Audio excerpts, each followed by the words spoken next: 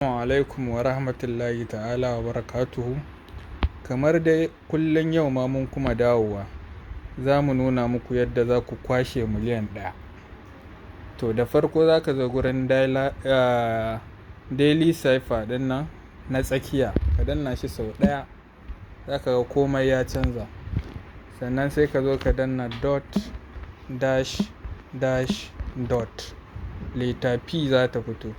Sai ka kuma danna dash dash dash, leta O za ta fito. Sai ka kuma danna dash dash dash, wata leta O ɗin za ta fito. Sai ka danna dot dash dot dot, leta L za ta fito.